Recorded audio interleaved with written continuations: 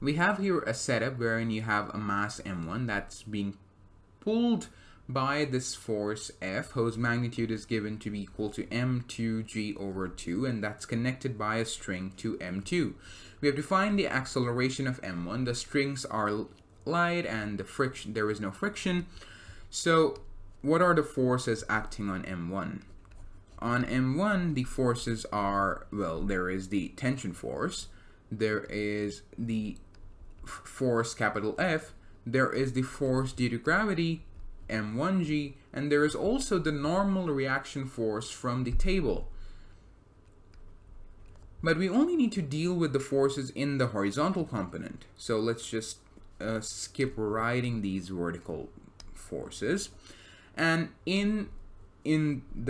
for the second block, for the mass m2, you have the force of tension,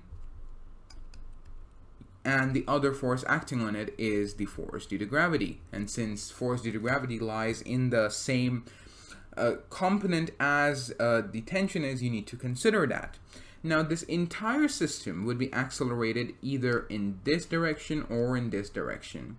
And in either way, you can assume that, let's say, due to this force, this entire system is accelerated to the left.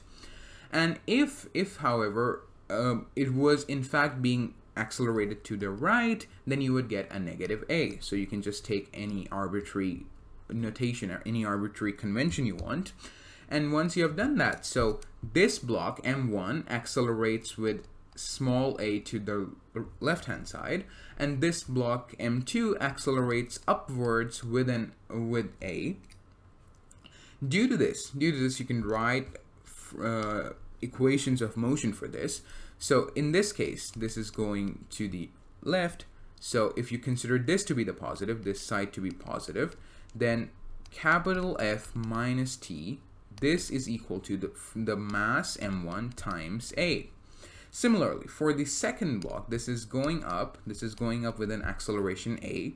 And so if you again consider this to be the positive, then you can write T minus m2g, that is equal to m2a. So we now have two equations. Let's just write them once again. So we have F minus T equals m1a, and we have T minus m2g being equal to m2a. And we just have to calculate what a is. So let's do that. So if you add these two equations, why am I doing that? So that these t's cancel out. So these two cancel out. You get F minus m sub 2g being equal to m1 plus m2 times a. When you add the right hand sides, you get that.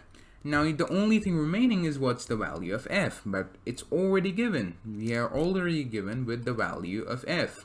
So let's just put it in. And it's m2g over 2 minus m2g. That is equal to m1 plus m2 times a. If you look at the left hand side, this right here is equal to the negative of m2g over 2.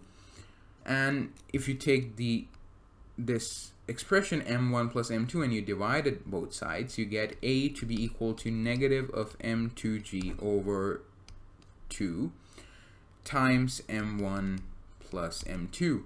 And getting this negative sign should not scare you. It just means that instead of what we had assumed that this block moves to the left, it instead moved to the right with that acceleration m2g over 2 times m1 plus m2.